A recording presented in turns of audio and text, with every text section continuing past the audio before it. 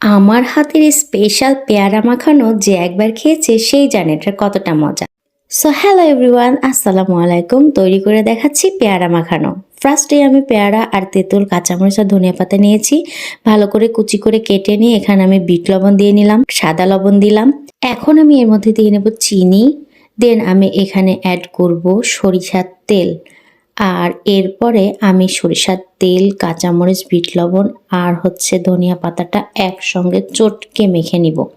দেন আমি তেঁতুলটা অ্যাড করে দিব। এখন তেঁতুলটাকেও খুব ভালো মতো মিক্সড করে নিব। দেখুন কি লোভনীয় লাগছে, তাই না?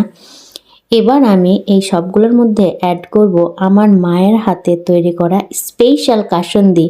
সো এখন আমি এই কাসুন্দিটা অ্যাড করে এর মধ্যে সুন্দর করে মাখিয়ে নিব। দেখুন কতটা লোভনীয়, আমার তো জিভে জল চলে আসছে ভাই, এতটা মজা। So here is the final look. অবশ্যই